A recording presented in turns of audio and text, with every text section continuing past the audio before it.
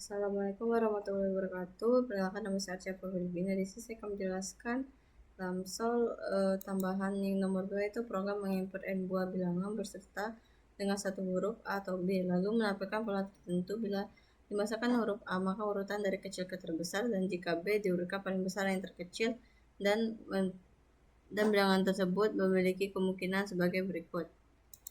Nah, jadi ini adalah flowchartnya. Yang pertama jawaban dengan start, kemudian input n, kemudian lakukanlah perulangan yang dimana i sama dengan 0 to n, yang dimana akan melakukan input array bil index i, yang kemudian akan melakukan perubahan i++ dan akan dikembalikan lagi ke for sampai semuanya terpenuhi. Jika proses for ini sudah terpenuhi, maka akan dilanjutkan ke input nilai d, yaitu yang dimana akan melakukan pengecekan pada fungsi if itu jika d sama dengan a atau d sama dengan b.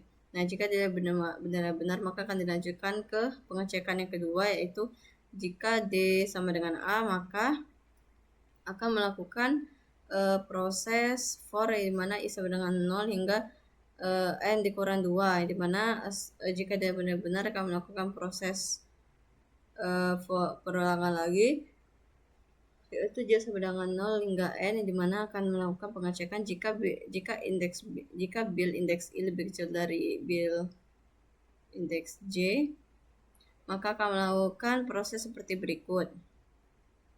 Nah, jika proses tersebut sudah terpenuhi semua, maka akan dilanjutkan lagi ke j++ dan akan dikembalikan lagi dengan perulangan j, yang dimana kemudian untuk jika dia false, maka akan dilanjutkan ke pilihan yang kedua, itu d sama dengan b, yang kurang lebih prosesnya itu sama saja, melainkan di bagian pengecekan bil indeks i lebih besar dibandingkan bil indeks j, yang dimana jika dia a maka dia lebih kecil, dan jika dia b maka lebih besar.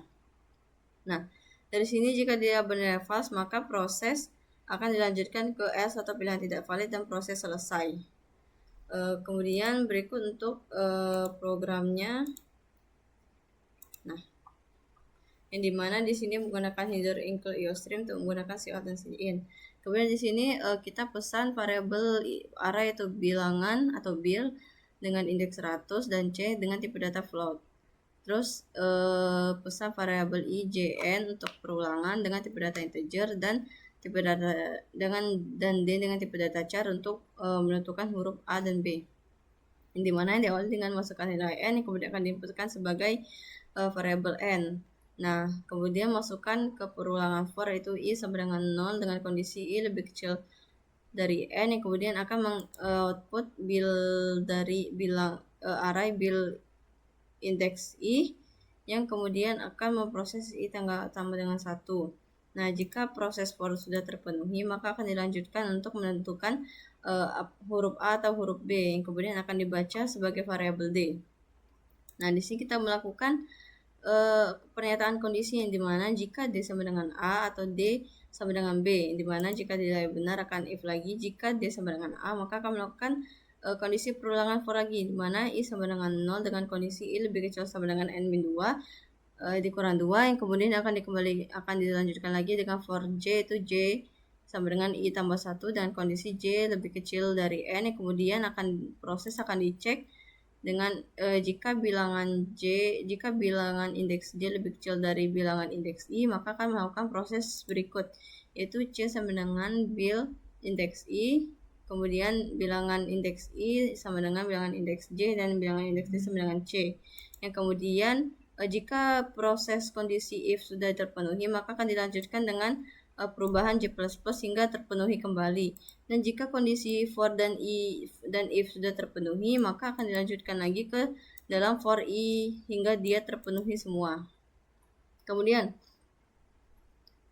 jika